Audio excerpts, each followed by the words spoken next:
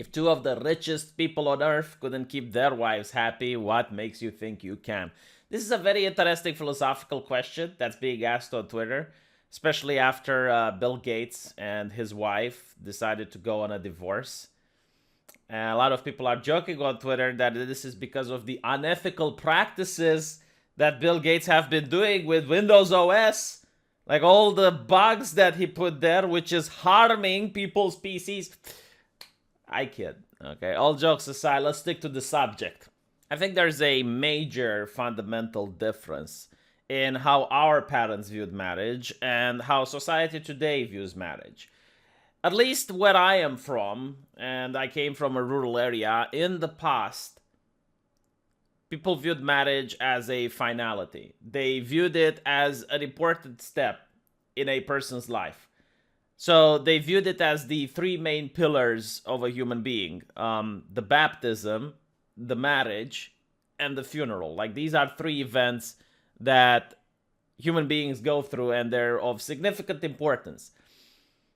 Nowadays, kids my age view marriage as the cherry on top of a relationship. So they don't view marriage as something that's the end of be all. They don't view it as the finality of the relationship.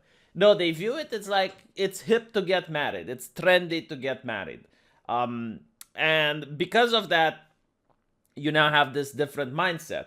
The lack of religion also impacts it into a way, because my grandparents, at one point, they wanted to get a divorce, but because they were religious people, they said that they made a vow in front of God and getting a divorce would be a sin. So for them, it's kind of like trying to break the rules in a shop while there's a camera watching. You know, people are less likely to shoplift if they know someone is watching. And I guess like that's how they viewed it. And believe it or not, like towards the end of the marriage, they were actually very happy with each other. I mean, they just had a little bit of a rough patch. And it would have probably ended with a divorce if they had the mindset that most people have today.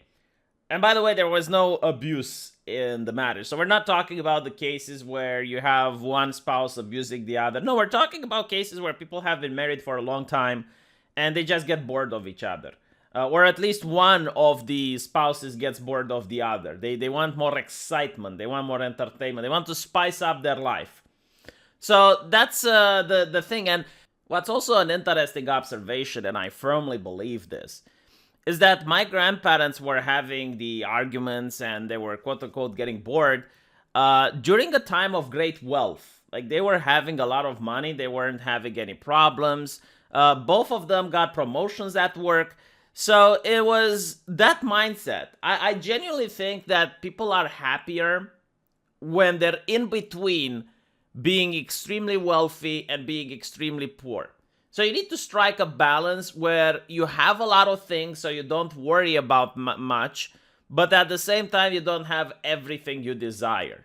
Because people genuinely become unhappy, and I can tell you this from my experience. Like before I got the mortgage for the house and I had a lot of money in order to spend however I wanted, like you go to these luxurious restaurants the first time around and you look around and you're taking it all in and you're enjoying life. You're literally enjoying that you can be in an expensive restaurant and you love the atmosphere, right?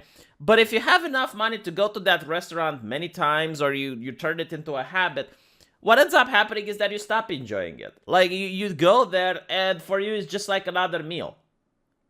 And I think it's the same when it comes to marriage. Like when people don't have a lot and they have to try to help each other, they try to talk with each other to get through rough times, it creates a deeper connection than when people have everything. I mean, if you look at Bill Gates and Bezos, I don't think there is a single thing on earth which they could desire and they can't have. You know, maybe the things that they want become a little bit different. Like maybe they want to befriend a person that doesn't want to be their friend.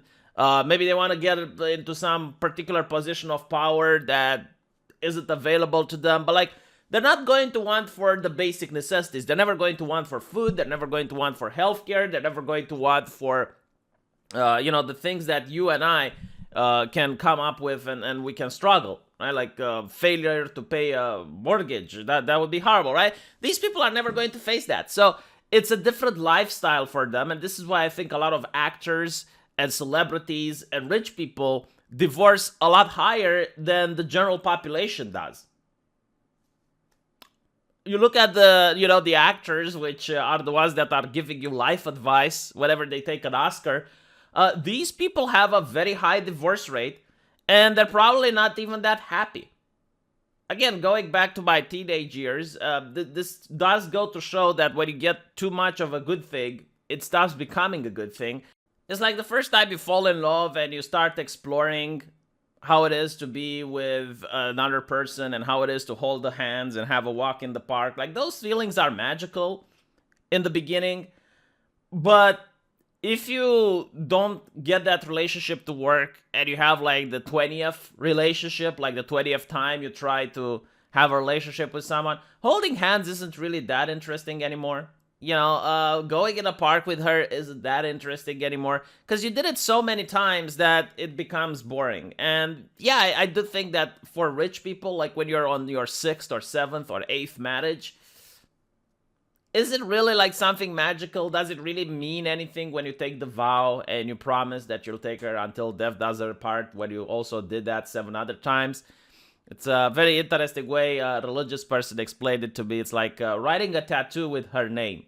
If you see a guy having a tattoo with the name Lucy on his arm or whatever, it's probably really cringe. But most people are thinking about, oh yeah, wait until you break up. Because that's like the biggest reason, right? Like the numero uno, like wait until you break up. And when you see a guy with like 7 or 8 names that are being just crossed up, they're both cringe, but one of them is cringier than the other. One of them is more of a punchline than the other, right? So that's one of the mentality, I suppose, where marriage isn't something that's supposed to be final. It's not something that, all right, you settle down and this is the woman you want to spend your life with. It's just like another contract. And speaking of other contracts, like marriage is the most bizarre contract in human history. Like if I were to, let's say, start a business with you, dear viewer, you give me super chats, I give you buyer's remorse, right? And you give me the super chat, but I refuse to give you the buyer remorse. I unilaterally disavowed the contract. Well, if that happens, I would normally face some legal consequences. Like I would be in violation for breaking a contract. You could sue me. But if you're talking about marriage, is the idea that it is a contract, that all your goods are now being shared with each other, right? And the contract is supposed to be until death, right? Until death does you apart, at least in my country. I don't know, like other legislations. But if a person unilaterally breaks it, and we're not talking about spousal abuse, we're not talking violence, we're just talking like the person gets bored, right? Like he gets bored of the relationship, doesn't want to see your face anymore. Then that person isn't going to pay any damages for breaking a contract, much like they would pay damage for breaking any other contract in the world. No, in fact, in some situations, they can even get more wealth. So now there is the opportunity of getting rich for breaking a contract unilaterally. I never understand why this is. I guess like in a time back in the day when women were supposed to stay home and doing house chores was a full day business. I mean, think about it, wash the clothes at the river because you don't have a washing machine. You don't have a refrigerator. You have to cook every single day. You don't have a vacuum cleaner. You actually have to mop, right? Full-time job being a housekeeper. So yeah, I kind of get it that because that work wasn't being paid, and the others, the man would go to work and he would bring home the money, he would probably not be able to go as relaxed to work if he also had to do the house chores when he came home, right? So because of that mindset, I completely understand why at the time it was so that women get half of the stuff, right? Because they contributed even though you wouldn't get to see the money coming in. It was still like something that needed to be done in the household, which would have taken away the man's focus from work. But nowadays, not only do you have a vacuum cleaner, you got a Roomba, you get a microwave, you can order food. Like the house chores isn't a full-day job. I can do house chores in like, if I do it like 1 or 2 hours a day, it's done. And women also have a job. Like the idea that the woman gets to stay home and do nothing, like what the fuck is wrong with her? Like get her off to do a job. Don't be a social parasite like the socialist Romanian communist would call people who refuse to work. No, like 2 incomes in a household. Go work. Go do something with your life. So why is it that the person would get half of the stuff, right? And when you look at it, there is now the greed, the human greed, the financial incentive that if you're bored of a relationship and you're married to someone like Bezos, you know that if you file a divorce, you're going to get half his shit. Like that's the thing. And I think that if I were married to a woman like Bezos and I got bored of the relationship, I would probably divorce to get half the shit. Because the opportunity is there. You now have the incentive, the greed, the temptation is there. Like the temptation that shouldn't exist in the first place. There's no reason for that to happen. I would get it like if it was some domestic abuse or something like that. But like why would you get rewarded for breaking a contract is what I don't get. And sometimes the reward is colossal. Yeah, no, seriously, like think about it. You as a man, if you were married to a woman that's incredibly wealthy, she's like 10 times wealthier than you, and you knew that at any time that you file a divorce, you can get half her shit, why wouldn't you do it? At least women are smart. They don't marry poor men. Like you're not going to see university professor at medicine marry a plumber. Or maybe you will, because now the wages of plumbers are going up. But still, you're not going to see a big wealth disparity within a household. Like very rarely does it happen. A man, like a university professor, can marry a stay-at-home mom if she's gorgeous looking. Like I've seen that happen. In fact, I wouldn't be surprised if Bezos or Bill Gates is going to marry a very young entrepreneur lady. Yeah. So there is that extra thing, the temptation. And then there is also like, why do you get married for? I definitely believe that our parents, at least, they got married for the children. Because their parents got married for the children. We wouldn't be where we are if our parents didn't have this mentality of self-sacrifice. Like a lot of commodities and a lot of good things that they were enjoying, they gave up so that they can afford to raise us. And I think like it's a symbiotic relationship. It's not only the fact that, it's the wonder of having a child, but it's also that when you grow old and frail, do you really want the government to take care of you? Like, do you really think the warm hand embrace of the government is going to be that keeps you up when you're old and frail? That's probably going to be your kids that care about you or your relatives, if you have some. So, yeah, that's how our parents thought. Nowadays, I don't know if that's the case. I don't know if people marry for children or they marry for selfless reasons. They marry to put that picture on Facebook. They marry to show that they're like everyone else that got married, So that is a good question. Why do people get married? Why do you want to get married? It's a great question that should be asked. And there are studies that show marriage is a great way out of poverty because there you have 2 incomes in the household. Marriage is also a great way for educating children. Like the chance of a kid becoming delinquent is a lot less in a married couple than in a single couple.